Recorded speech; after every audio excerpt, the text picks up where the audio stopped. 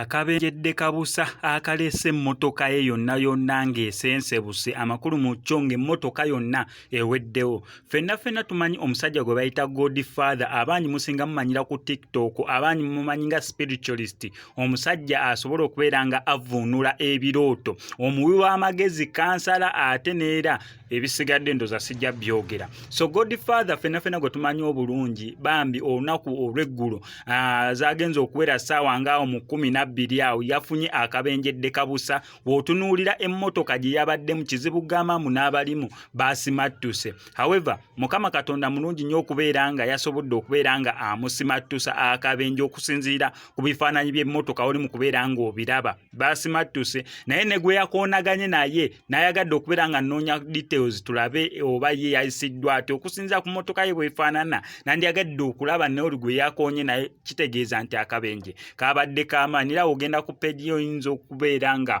tolabayo content mupya olw'ensonga ey'akabenje akabaddewo. Gwe mwenna bamanyi Godfather osobola ogendako n'omunoonyako oba n'omukubirako n'osobola okumubuuza mbeera ki gy'alimu, kubanga akabenje ke yafunye kabadde k'amaanyi nnyo nnyini ddala. Mwenna bamanyi mumuteeke mu ssaala olwa Mukama Katonda musobozesa n'asimattuka akabenjedde kabusa. Wano ku SMX Media tujja sigala tukuwa updates zonna byonna nga bigenda okubeera nga bigenda mu maaso. Naye gwe kyolina okukola subscribing nga notification bell ebisigadde obitulekere ffe wayi tutyo tukitambuza wano ku SMX Media. Naawe kennyini awulira nti wandiyagadde okubeera nga olanga naffe wano ku SMX Media, tuli open okuba bukubi ku enamba y'essimu 0701 34 97 67. Ebisigadde still obeera ogenda bitulekera ffe tujja sobola bunnyo okubeera nga tukulangira bizinensi yo etambulire ddala bulungi. MCSMX, I sign out.